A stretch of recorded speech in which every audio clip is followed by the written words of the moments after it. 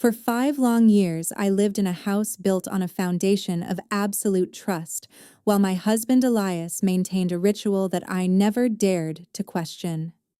Every Saturday at exactly 10 o'clock in the evening, he would grab a worn black bag and head toward the financial district of Indianapolis for what he described as essential overnight shifts. I am Willa, a 38-year-old logistics coordinator who took pride in supporting the man I thought was working tirelessly to secure our family future. That mysterious black bag remained a sacred object in our household because I respected his privacy too much to ever consider prying into his professional belongings. Everything I believed about my marriage shattered into 1,000 jagged pieces the moment Elias rushed out of the kitchen while leaving his personal phone face up on the marble counter. A notification suddenly illuminated the screen from an unsaved number with a message that stopped my heart from beating in my chest. The text read that tonight was officially the last time, and after this they would no longer need to pretend for anyone else. My blood turned to ice as I realized the sender was actually Priscilla, the same ruthless woman who had previously tried to destroy my career with her corporate schemes. I stood frozen in the silence of my own kitchen while the weight of a 5-year deception began to settle heavily on my shoulders. What would you do if you discovered such a chilling secret hidden right in front of your eyes? Please subscribe to the channel and share your thoughts in the comments below as I begin to dismantle this web of lies once and for all. The low hum of Elias's engine finally faded into the distance at the end of the street, leaving me standing in a kitchen that suddenly felt far too large and cold. My hands were shaking uncontrollably as I reached for his forgotten phone to carefully transcribe the suspicious contact number onto a scrap of paper hidden in my palm. I did not choose to scream or call him immediately because a calculated silence seemed like the only weapon I had left to protect myself. Instead of yielding to the urge to confront him, I turned my attention toward the heavy black bag he had inadvertently left leaning against the kitchen island. This bag had been a constant silent presence in our hallway for 5 years, yet it now looked like a dark treasure chest filled with the wreckage of my marriage. I pulled the zipper back slowly, expecting to see financial ledgers or corporate reports that would justify his countless overnight shifts at the office. However, there were no professional documents inside the main compartment to support the exhausting stories he told me every Saturday night. My fingers brushed against a cold metal object instead, which turned out to be a key to a luxury apartment building located in the upscale district of Indianapolis. Beside the key lay several VIP membership cards for exclusive nightclubs that Elias had always claimed were too loud and pretentious for his taste. The most devastating discovery remained hidden at the very bottom of the bag, inside a sealed manila envelope that felt unusually heavy. I pulled out a legal document titled Secret Asset Authorization, which Elias had meticulously drafted without ever mentioning a single word to me. This contract was a sophisticated scheme designed to slowly strip away my legal ownership of our family home while transferring equity into a private account.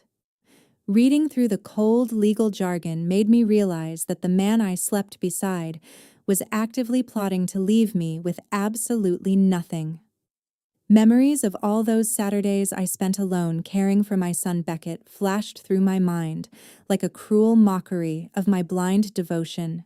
Beckett was upstairs sleeping completely unaware that his father was currently trading our security for a life of luxury with a woman who hated us. I stood there for a long time staring at the evidence of a betrayal that went far deeper than simple infidelity or a secret affair. The image of the good, supportive wife I had played for 15 years felt like a costume that no longer fit my weary soul. I realized I could not continue playing the role of the submissive partner while my husband orchestrated my financial ruin in the dark. A sudden sharp sound of tires screeching in the driveway forced me to snap back into a state of terrifying high-stakes alertness. Elias had evidently realized his mistake and was returning to the house much sooner than I had ever anticipated or prepared for. I forced my trembling muscles to move with unnatural precision as I stuffed the documents and the key back into the black bag exactly as I had found them. My heart hammered against my ribs while I placed his phone back on the marble counter to make it look like it had never been touched. I took a deep breath, smoothing my hair and adjusting my expression into a mask of calm indifference just as the front door swung open. Elias stepped into the kitchen with a frantic look in his eyes, his gaze darting immediately toward the counter where his device sat undisturbed. I offered him a tired, casual smile as if I were merely a sleepy wife waiting for her husband to finish his work. 2 days later, I drove to a quiet little cafe on the outskirts of Indianapolis to meet my closest friend Gwen, whose rational mind was exactly what I needed to navigate this nightmare. I had spent 48 hours acting like a ghost in my own home, while Elias continued his cheerful facade, as if he had not just signed away our future in a secret legal document. The moment I sat down across from Gwen, the heavy weight of the evidence in my purse felt like it was pulling me toward the floor. I poured out every crushing detail of the Saturday night text message along with the horrifying contents of the black bag, while her expression grew increasingly grim. Gwen did not offer empty platitudes, or tell me to calm down because she understood the sheer scale of the financial and emotional betrayal I was facing. She listened intently to my plan of action and firmly advised me to contact a private investigator immediately instead of trying to follow Elias myself. We spent the next hour hunched over my laptop while carefully scrutinizing our joint bank statements from the past 18 months. My stomach churned as we discovered that tens of thousands of dollars had been systematically drained through a series of offshore transfers I never authorized. It became painfully clear that this stolen money was being funneled into private investment projects owned by Priscilla, the woman who had already tried to ruin my professional reputation. The realization that my own husband was financing my greatest enemy with our son's college fund made me feel a level of disgust I had never known. Gwen reached across the table to squeeze my hand, while looking me directly in the eyes with a fierce sense of loyalty that I desperately needed. She assured me that she would provide every resource available to help me secure my rightful justice during the upcoming divorce proceedings. Willa, you have to stay sharp right now, because you cannot let your kindness become a weapon for others to stab you in the back, Gwen said with a voice that was both calm and commanding. I nodded slowly as her words began to sink in, while I realized that the woman Elias thought he knew was effectively dead. The conversation shifted toward the legal landscape of Indiana and the specific types of evidence we would need to present in court to freeze those hidden accounts. Gwen leaned closer to whisper, as if she were revealing a state secret that would change the course of history for everyone involved. I am going to help you find the best lawyers in the entire state of Indiana so we can make sure Elias learns the true price of his betrayal, she promised, with a cold determination that matched my own. We spent the rest of the afternoon drafting a list of digital forensic experts who could trace the money back to the exact accounts Priscilla was managing. By the time I left the cafe, the initial paralyzing fear had been replaced by a sharp, focused anger that would guide my every move from this point forward. I watched Gwen drive away in her silver SUV, while I took a deep breath of the humid Indiana air to steady my racing heart for the long battle ahead. I knew that returning to that house meant wearing a mask of submission once again, but this time I was armed with the knowledge of his greed. Elias would continue to think he was the one in control, while I worked silently in the shadows with Gwen to dismantle his entire world. My transition from a grieving wife to a calculated strategist was now complete, as I prepared to meet the private investigator at dawn. The following Saturday evening arrived with a heavy sense of dread as I followed the private investigator to a luxury apartment complex where Elias and Priscilla reportedly met in secret. This towering glass structure in the heart of Indianapolis represented everything my husband had stolen from our family to build a life with another woman. I sat in the passenger seat of a nondescript vehicle while watching the revolving doors of the lobby with the intensity that made my vision blur. My heart stopped when a familiar black SUV pulled up to the curb and Elias stepped out to greet Priscilla with an intimacy that felt like a physical blow to my chest. Seeing them together in the bright lights of the lobby confirmed that the woman who had previously stolen my business ideas was now occupying the center of my husband's secret world. A wave of uncontrollable anger surged through my body as I fully understood how Elias had systematically provided my internal business data to help Priscilla advance her own career. He had not just betrayed our marriage vows, but had actively worked to dismantle my professional legacy to impress a mistress who thrived on my misfortune. The investigator began working his camera with a mechanical precision that captured every incriminating touch and shared glance between the two conspirators. These photographs would serve as the undeniable proof of their betrayal and their collaborative effort to drain my marital assets into this high-end residence. I watched them disappear into the elevator while knowing that they were likely laughing about how easily they had deceived a wife who trusted them completely. I stepped out of the car for a moment to breathe in the frigid night air while feeling the Indiana cold seep into my bones. Yet my heart felt infinitely colder than the winter wind. The silence of the parking lot was deafening as I contemplated the wreckage of my 15-year relationship with a man who had become a complete stranger to me. My greatest concern shifted toward Beckett, who still believed his father was a man of integrity and hard work instead of a calculated liar. I wondered how I would ever explain to my son that the hero he admired was actually the architect of our family's financial and emotional destruction.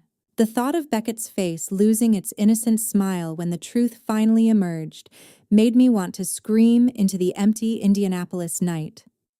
I turned back to the investigator who was still monitoring the building entrance to see if any other associates would arrive to join their clandestine meeting. My voice was surprisingly steady when I gave him the instruction to ensure every detail of the encounter was documented for the court proceedings. Make sure you capture his face clearly because I want every judge in this city to see the true face of Elias before this is over, I said, with a chilling resolve. The investigator nodded while adjusting his lens to focus on the illuminated windows of the upper floors where the lights of their secret sanctuary were now glowing.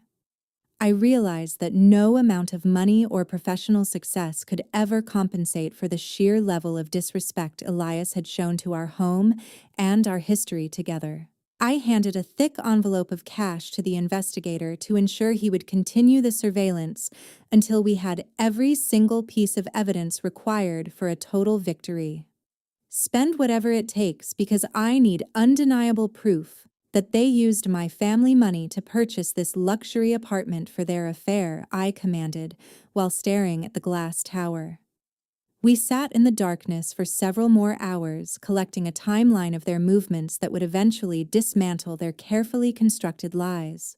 By the time I returned home, I was no longer just a woman seeking answers, but a strategist preparing for a war that would leave no room for mercy or reconciliation.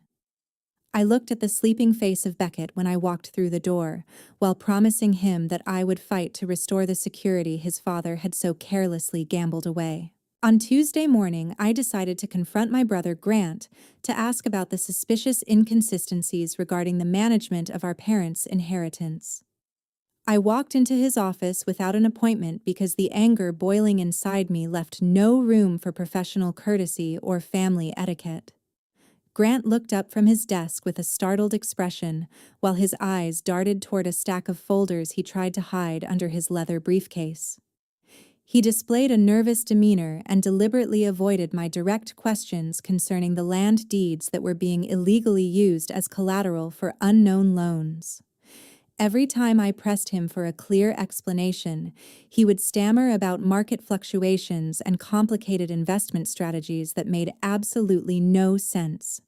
It became obvious that his loyalty was no longer with his sister, but had been bought by someone else who promised him a way out of his mounting problems. The room felt suffocating as I finally connected the dots between his financial desperation and the secret documents I found in Elias's black bag. I discovered that Grant had conspired with Elias to embezzle my share of the capital from our family company specifically to cover his own massive personal debts. This realization hit me with a force that was far more painful than my husband's infidelity, because it meant my own flesh and blood had participated in my ruin.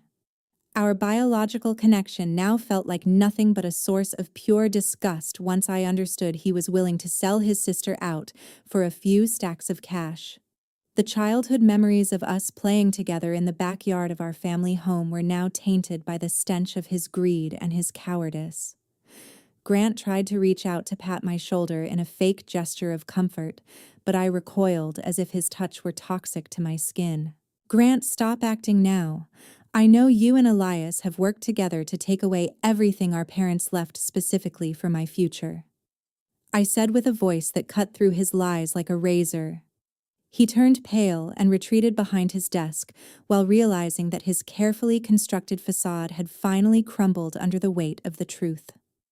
I looked at him one last time while feeling a profound sense of loss for the brother I thought I had known for 30 years.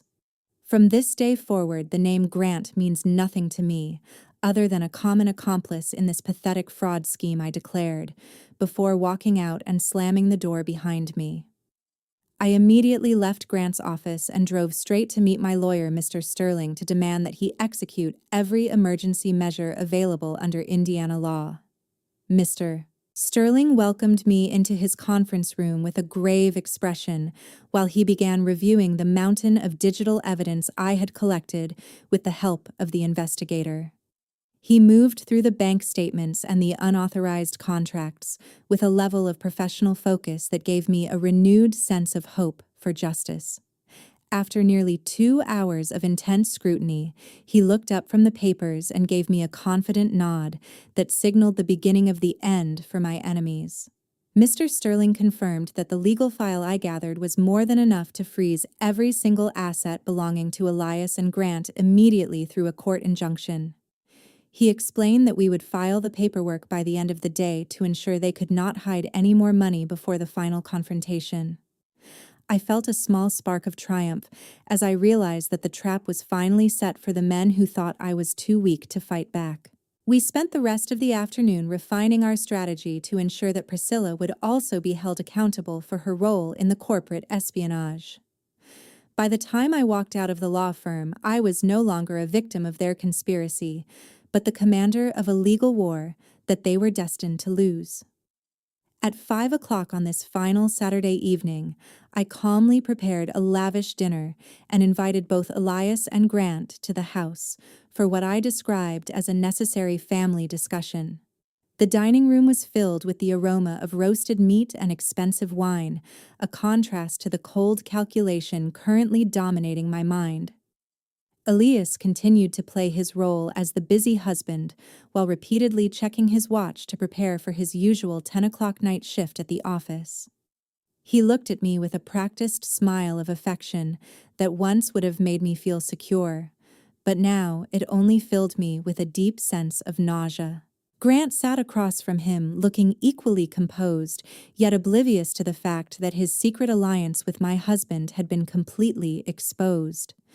They chatted about trivial matters and business trends, while I sat at the head of the table waiting for the perfect moment to reveal the weapon I had been hiding. The atmosphere in the living room became incredibly thick and suffocating the moment I placed a massive file of evidence directly on the table between their plates. I watched the color drain from Elias's face as he reached out with a trembling hand to touch the thick stack of papers and photographs. A terrifying silence descended upon the room when Elias began to flip through page after page of high-resolution images showing him with Priscilla at their secret luxury apartment.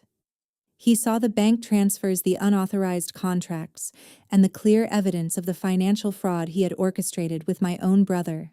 Grant dropped his fork against the porcelain plate with a sharp clatter, while his eyes widened in realization that their elaborate game was officially over. Neither of them could find the words to justify the betrayal that was now laid bare in the bright light of our family dining room. Grant suddenly pushed his chair back and tried to stand up with the intention of leaving the house before things escalated any further. However, I had already locked every exit and calmly announced that the authorities were already on their way to investigate their systematic financial fraud. Elias turned toward me with a desperate look in his eyes and began to beg me to think about our son Beckett and how this scandal would affect his future. I looked at him with absolute contempt because he had never once considered the well-being of his child while he was funneling Beckett's college fund into Priscilla's private accounts. The hypocrisy of his plea made my blood boil while I realized that he was still trying to use my love for my son as a way to escape justice. I leaned forward until I was only inches away from his face, ensuring that he could feel the cold determination radiating from my gaze.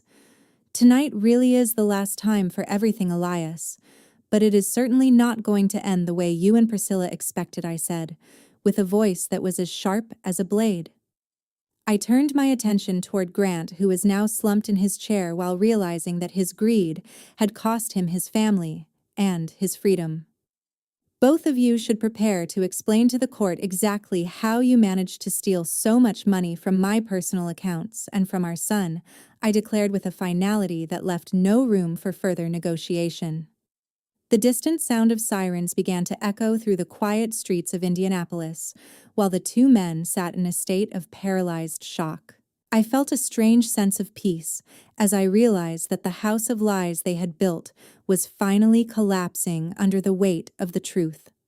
Beckett was safe at Gwen's house, away from this toxic confrontation, which was the only thing that truly mattered to me in this moment. I stood up from the table and walked toward the front door to meet the officers, leaving the remnants of my marriage and my brother's loyalty behind on the cold dining table.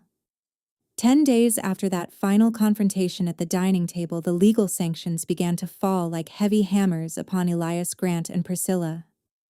I watched from the sidelines as the life they had built on a foundation of lies and manipulation started to dissolve into public disgrace. Elias was officially stripped of his professional financial certification for life, while the hospital board fired him immediately after his ethical scandals became public knowledge. His reputation as a trustworthy advisor was destroyed beyond repair because no institution wanted to be associated with a man who stole from his own son's college fund. The luxury life he had envisioned with Priscilla vanished in an instant as his income streams were frozen by the emergency court injunction Mr. Sterling had filed. The repercussions did not stop with my husband, while the board of directors at the rival firm also took swift action against Priscilla for her part in the conspiracy. They fired her for misappropriating trade secrets and committing multiple severe violations of her employment contract during her time working against my interests. Priscilla found herself facing several corporate lawsuits that threatened to drain whatever personal savings she had left after her failed attempts to take over my business. Meanwhile, Grant was forced to sell every piece of his private real estate at a massive loss just to cover the restitution for the damages he caused to my inheritance. Watching him lose the very assets he tried to protect by betraying me was a bitter yet necessary form of justice for our family. I successfully secured full custody of Beckett and retained complete ownership of our family home without having to give Elias a single penny according to the final court ruling. The judge was particularly moved by the evidence of systematic financial abuse and the cold-hearted nature of the plot against a supportive wife and an innocent child. I stood on the courthouse steps while feeling a sense of liberation that I had not experienced in over 5 long years of marriage.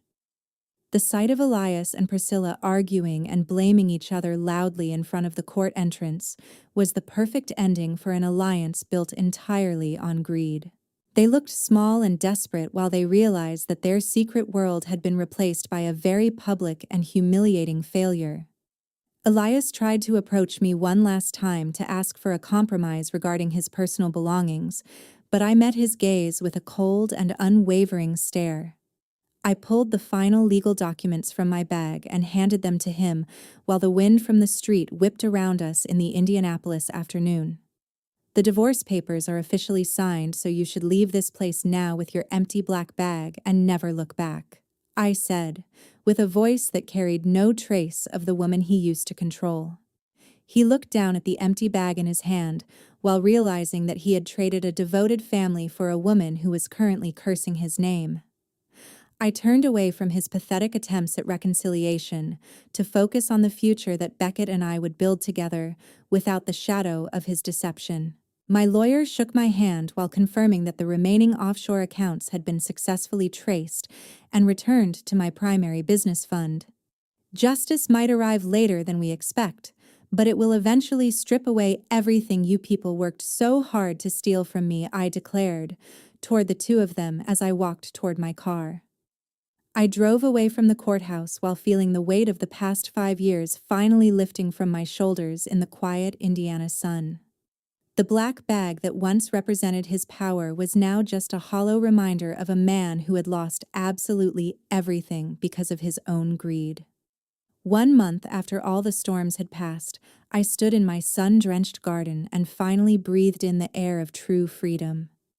The heavy silence that once haunted this house had been replaced by the peaceful rustling of leaves and the distant sound of life moving forward without the weight of deception. I started a new business project under my own name without ever having to worry about another betrayal or the leakage of internal information from a relative I once trusted. This venture felt different because every brick was laid with my own hands and every decision was shielded by the lessons I learned through the fire of the past few months. I found a strange kind of joy in the late nights at my desk, where the only voices I heard were those of my loyal team and my own confident intuition. The relationship between Beckett and me became much closer as my son began to understand how brave his mother had to be to protect the remnants of our family. We spent our weekends hiking through the Indiana trails or simply sitting on the porch while discussing his dreams for the future without the shadow of a father who lived a double life.